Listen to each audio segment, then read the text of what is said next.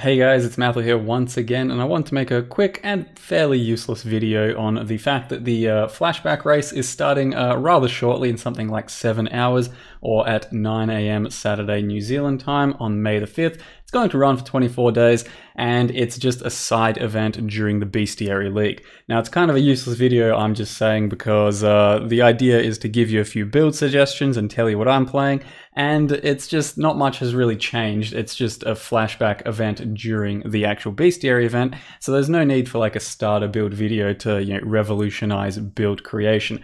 You more or less are just going to pick whatever build you think you've had some good success with in Bestiary League, because they're already fairly figured out, and you just get in there with a fairly successful character and do some good map clearing, since the goal of the league or this event is to get top 10 for your Ascendancy class, and that doesn't really involve too many heavy boss kills or Uber Elzers or all of that. So the goal is to map fairly quickly, efficiently, and if you can manage a top 10 of whatever Ascendancy you pick, that's who you're competing with, just your Ascendancy specifically within that class and Ascendancy. The winners, of course, will also get an alternate art, and so will the other two players. So top 3 get alternate arts, the 4th to 10th ranks then get just regular demigods for every Ascendancy, for every version of the event, including standard, solo self-found standard, hardcore, and solo self-found hardcore. So that's a lot of demigods to go around, and if you're really fairly committed, you should be able to get yourself one of those.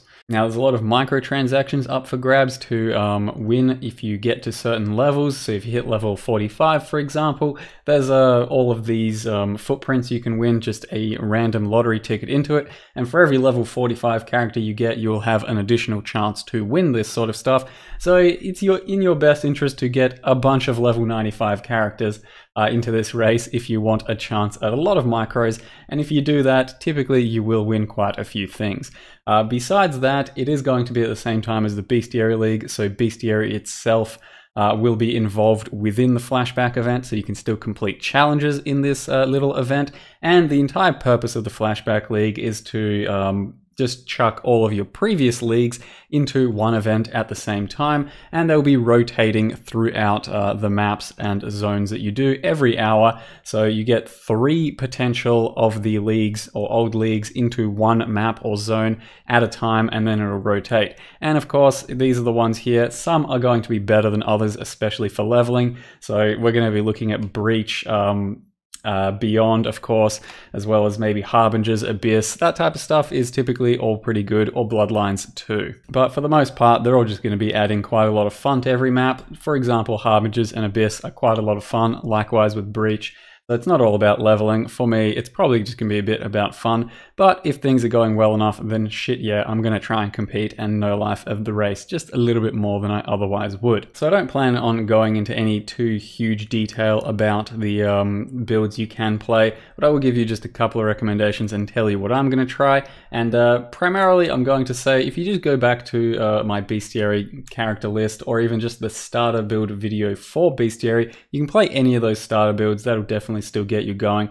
The primary one is still, I would think, a melee champion. In this case, I ended up doing reave and bladeflurry primarily, but dual strike and plenty of other skills can factor in as well. So if you just reference the passive tree, the path of building, and the videos related to this character, it is still one of the strongest characters I've played to date, without much gear requirement. And reave, bladeflurry, extremely successful skills, and they don't need too many strict requirements to work, and champion itself is just insane. So this is still one of the ones I absolutely recommend. But if you're not really that into the exact default champion there, I do have just a White Wind, which is a pure cold dagger weapon, and it's got a lot of cold damage and a bunch of cold damage while your offhand is empty, dodge while your offhand is empty. So the idea is to only have the White Wind itself, and then from that we're basing it into a Frostblades character.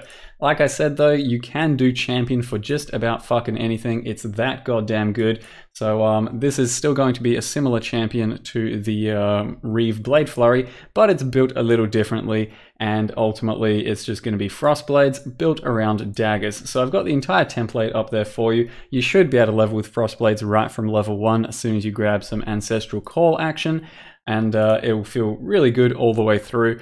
hopefully, and I'd recommend then swapping out Ancestral Call for a Ruthless, for example, when you're doing single target.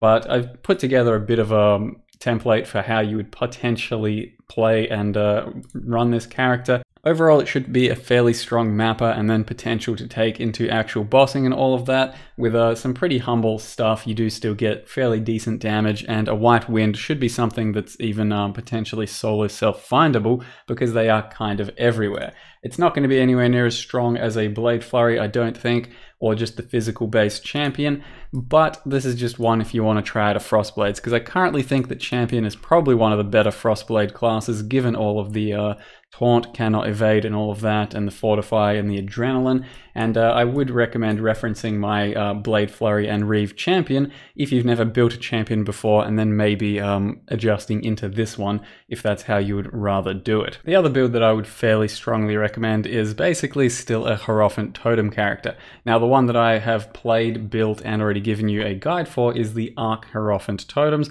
and that is with the Shimmeron Wands. Shimmeron Wands might not be that easy to get, especially early on, and Arc Totems really aren't that great until much later in levels and having a proper gear setup and a damage setup going. So early on, if you really want to do this, Spark Totems is a lot better, but the template I'm going to give you instead is Glacial Cascade Totems, which you can build very similar to this character if you really want, without changing almost anything except for being Glacial Cascade. But I will give you a slightly different template to follow just purely for Glacial Cascade, which will still have 4 totems. Glacial Cascade, being very strong itself, should clear fairly nicely but have huge single target, and instead you can run Freezing Pulse for clear every now and again if you really want, or just play around with a few other cold skills and see how you go. But Cascade is where the build should ultimately lead. So the template I will give you for the Hierophant Glacial Cascade Totems is one that I haven't actually done. Bear in mind, it is very similar to the Arc Totems passive tree with a few slight adjustments, and the main difference is you're not going to be using 2 Shimmeron Wands. Instead, you would aim to get 2 sort of Shaper Scepters with just some physical damage as extra fire, lightning, whatever else you can, or it doesn't necessarily even have to be those. You could use something like a Catalyst, just pure daggers as well, and a shield if you really rather, for some shield charge action, but ultimately you will get the most out of the build running dual wield Shaper items.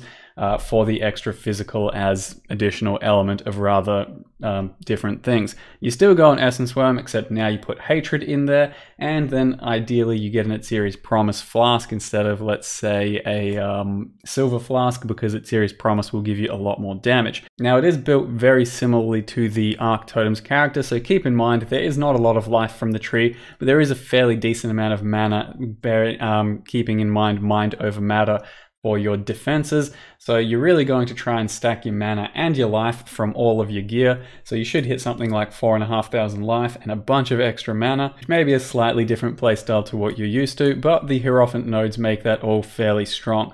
So the first nodes you're still going for are Pursuit of Faith and Ritual of Awakening, because that's absolutely what you need for your totems to be good. And then it's kind of up to you as to whether or not you want the more defense first or the easy power charge generation first. And I'd probably rather go the power charges myself. And if you play the character well enough, or build it early on enough, you can definitely have 2 totems and then 3 totems by your normal lab completion and be a full-blown totem character, though early on you're probably going to be leveling with something like a Freeze Pulse, a Fire Trap, maybe even a Spark, because it is fairly nice early on. Firestorm itself is also pretty good. By level 28 you'll be Glacial Cascade and hopefully farming everything out there into infinity. But it's a fairly basic Hierophant character, could put just about any totem spell to attach to it and still have some good success, because Hierophant itself is just fairly strong at the moment. Now, the last build I'm not necessarily recommending, it is just going to be what I'm going to try playing, and that is a Detonate Dead, and in this case Elementalist rather than the Inquisitor that I have showing in the background here right now. The first time I've ever tried Detonate Dead since the rework was a low life Inquisitor, and the skill itself I absolutely loved. The Inquisitor low life wasn't really to my liking that much. It felt a bit uncomfortable and unnecessary. So this time around I am going to try and base a Elementalist around Detonate Dead, life based, with plenty of life and plenty of fire and crit damage and all of that, and we'll see how it goes. So I don't actually have a concrete plan of exactly how it's going to be or an actual setup I can give you, but if you follow along with what I do, hopefully I survive long enough in my hardcore solo self-found experience to give you more updates as to what's happening with it. So currently all I really have for the character is a passive tree. It is an elementalist or a witch, and it's all over the place. It gets plenty of life, it gets plenty of crit and fire damage and all of that, so something like 200% life. Not building into mind over the matter, at least not to begin with, because I'm not sure I'll need it, but we'll see how we go. Maybe splitting life and mana is going to be the superior option, but the idea is to have quite a lot of fire damage through Detonate Dead, scaling as well with Mastermind of Discord for your Herald of Ash, because that gives you plenty of damage there too, and then have a really nice clear through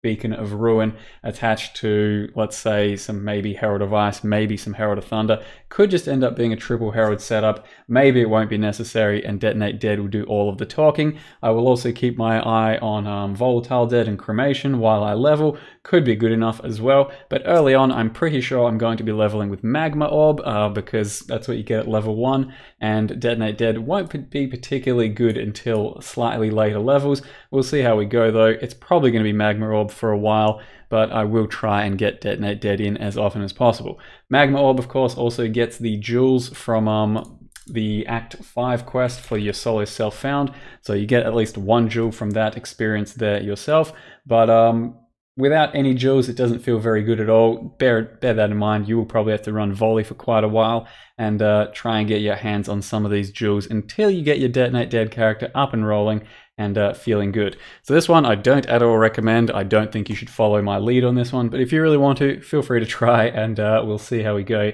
in the coming days. Hopefully I survive long enough to give you a bit more of an update about it, but I think Detonate Dead should be okay, and it is definitely a very fun skill, so it's one I'm going to try in the solo self-found hardcore difficulty, because fuck me, it's not going to be easy. It's not going to be that much fun, because it's really not what I want to do just for my pure fun, but for these types of events, I feel like it's bit more fun to actually add that extra layer of difficulty, mostly for the stream, but also for the struggle just every now and then to keep me on my toes. So for now, guys, that's the entire video. Not too many recommendations. There are lots of builds out there you can follow, including mine throughout the past few months on YouTube, but those are the few just that you can grab from me at the moment. Otherwise, guys, thanks for watching the video. Hope you enjoyed this rant, and see you next time.